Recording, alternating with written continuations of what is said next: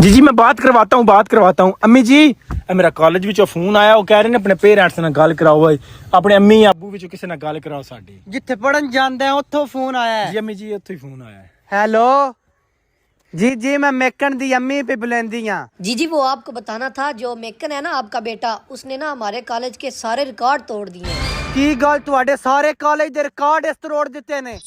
वाह क्या मुस्कुराहट है। ओ बगैरता उन्हां दे सारे तो रिकॉर्ड तरोड़ आए घर तो सारे कप गिलास हर चीज पान दित्ती उन्हां दे कॉलेज विच जाके उन्हां दे भी तो रिकॉर्ड तरोड़ आए।